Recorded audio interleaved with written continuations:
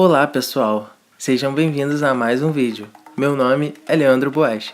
Como vocês sabem, as HQs a serem analisadas hoje serão The Amazing Spider-Man 121 e 122. Esses fascículos são compostos por um arco de história muito importante para a vida do amigão da vizinhança. Um daqueles títulos que já dão spoiler de cara. A noite em que Gwen Stacy morreu. Aí vocês me perguntam, como eles colocam um spoiler antes de começar a ler? Isso foi resolvido de uma maneira simples e bem dramática. O título só era revelado no painel final. Escrita por Gary Conway, desenhada por Gil Kane, arte final por John Romita Jr. e Tony Mortellaro. Ano de publicação foi em junho e julho de 1973. Distribuída pela incrível Marvel Comics. Para introduzirmos o enredo, você deve estar ligado no contexto. Primeiramente, o pai do melhor amigo de Peter, Norman Osborn, estava com amnésia. Devido a isso, não se lembrava de sua identidade como Duende Verde, e que Peter era o Homem-Aranha. Outro fato importante era que Harry Osborn ficou dependente das drogas e tinha sido sequestrado na casa dos Osborn para desintoxicação. A dor de Norman, combinada com uma grande pressão financeira, desencadearam uma ruptura que no fim trouxeram as lembranças à tona. Após se recordar, Norman, já como Duende Verde, sequestra Gwen Stacy, levando-a à ponte George Washington. A luta começa. Duende lança Gwen da ponte. Peter rapidamente joga sua teia nas pernas da amada. Quando ele a puxa para cima, o Aranha acha que a salvou. No entanto, ele percebe que ela já está morta. Existem duas teorias que explicam sua morte. A primeira era que a parada súbita, causada pela teia lançada, tinha quebrado seu pescoço. A segunda teoria era que o Duende já havia matado-a antes de lançá-la da ponte.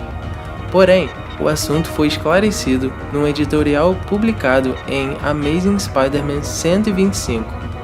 A versão oficial é que Gwen morreu devido à parada brusca causada pela teia do Homem-Aranha, na tentativa de salvá-la da morte certa. Ou seja, não havia nada que o herói pudesse fazer para salvar a sua amada.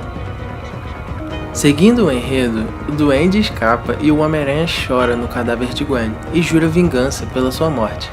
Na edição seguinte, temos o Aranha buscando sua vingança. Após certa investigação, ele encontra o Duende em um depósito. Depois de uma intensa luta, o Aranha vence, mas não consegue matá-lo.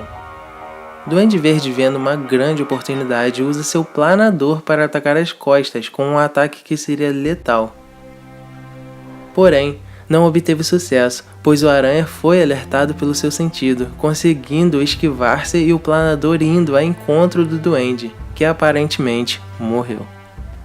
Por fim, um parque devastado, novamente em casa, encontra uma igualmente chocada e entristecida Mary Jane Watson, que perdeu sua amiga Stacy, e os dois tentam consolar uns aos outros, o que no futuro, depois de alguns pedidos de casamentos feitos por Peter, eles se casam.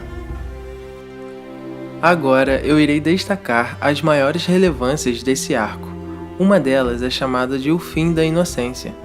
Em uma entrevista de 2002, Conway afirma que as histórias em quadrinhos eram divididas em duas partes, antes e depois da morte de Gwen, como um divisor de águas. Antes, o mundo dos quadrinhos era belo e tranquilo. É certo que às vezes aconteciam umas coisas feias, mas nada permanente. Depois da morte de Gwen, de fato, começaram a acontecer eventos verdadeiramente trágicos. Conway acredita que essa história testemunhou o fim da inocência dos quadrinhos. A frequente tendência para as esposas e namoradas de homens super-heróis acabarem com um destino triste ficou conhecida como a Síndrome de Gwen Stacy pelo Comics Buyer Guide. Muitos pesquisadores americanos consideram esta história como o final da Era de Prata e o início da Era de Bronze. Agora, a segunda consequência, eu já mencionei ela lá atrás e vou mencioná-la de novo, que foi o casamento da Mary Jane com o Peter Parker. Posteriormente, temos a terceira consequência, que começou a partir da clonagem da Gwen, feita por Chacal, e as sagas dos clones.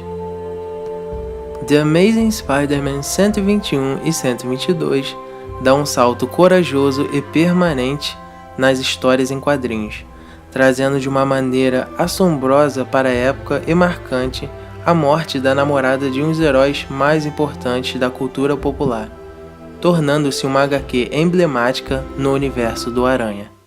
Bom, jovens, se você gostou desse vídeo e quer valorizar o trabalho, deixe seu like e inscreva-se no canal. Um forte abraço e até mais!